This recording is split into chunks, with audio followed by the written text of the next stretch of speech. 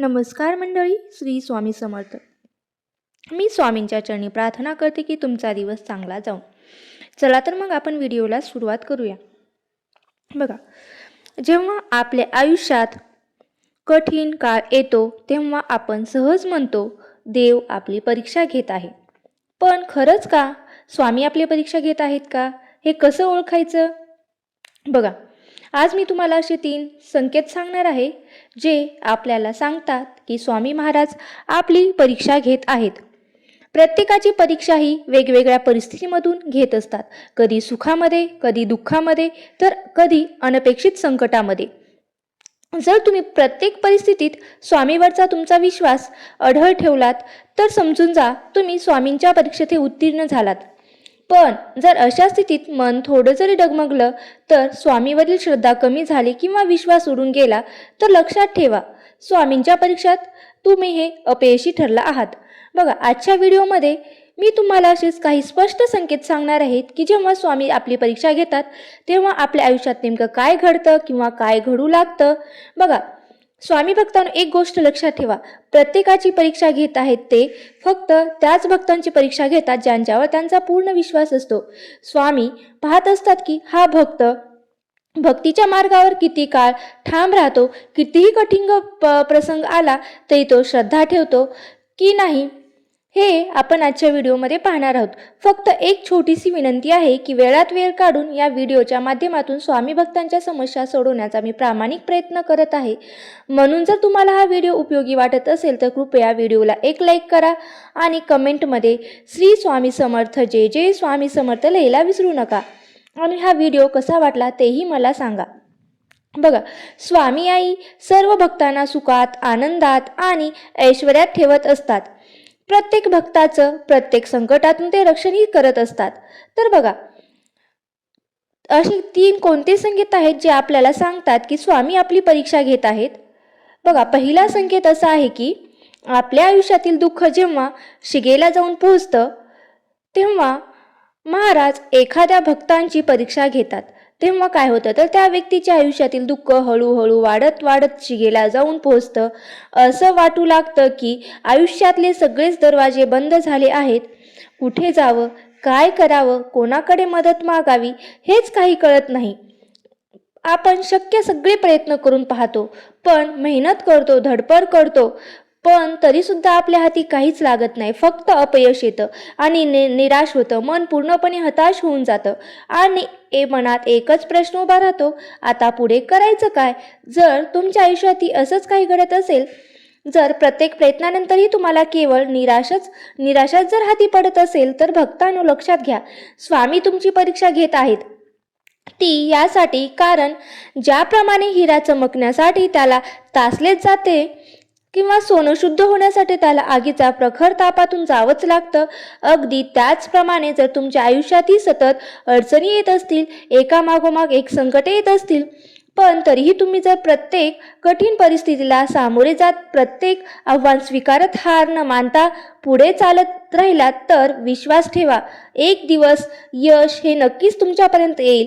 तुमचं आयुष्य, तुमचा आनंद, तुमचं समाधान तुम्ही सुखाने भरून जाल आणि त्या दिवशी मागे वळून पाहताना तुम्हाला हे नक्की जाणवेल की त्या यशासाठी, त्या सुखासाठी आणि या कठीण काळातून मला जाणं हे आवश्यकच होतं. दुसरा संकेत असा आहे की स्वामीवरील विश्वास कमी होऊ लागणे. भक्तांनो, कधी कधी माणसाच्या आयुष्यात असा काळ येतो जो त्याला पूर्णपणे आतून मोडून टाकतो.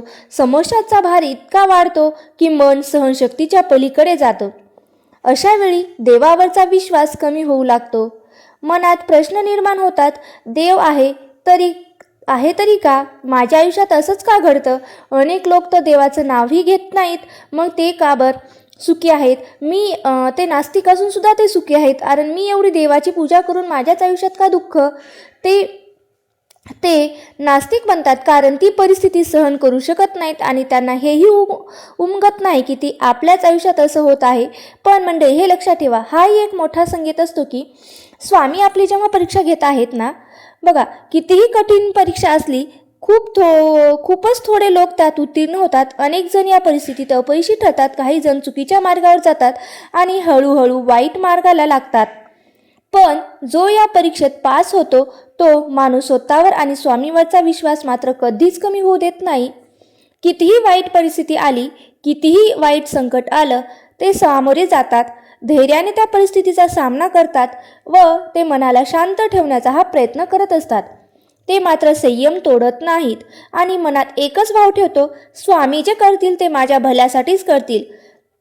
बघा, या परीक्षेत तुम्हाला जर उत्तीर्ण व्हायचं असेल तर सर्वात आधी तुम्ही स्वामींवर पूर्ण विश्वास ठेवा. कारण एक दिवस असा नक्की येईल की सगळं काही हळूहळू ठीक होईल. त्या दिवसापर्यंत तुम्हाला फक्त स्वतःवरचा आणि स्वामीवरचा विश्वास हा टिकवायचा आहे आणि मनातील हिंमत सोडायची नाही. दुःख तर प्रत्येकाच्या आयुष्यात येतच. कुणाला जास्त असतं तर कुणाला कमी असतं. ईश्वराची माया हीच आहे.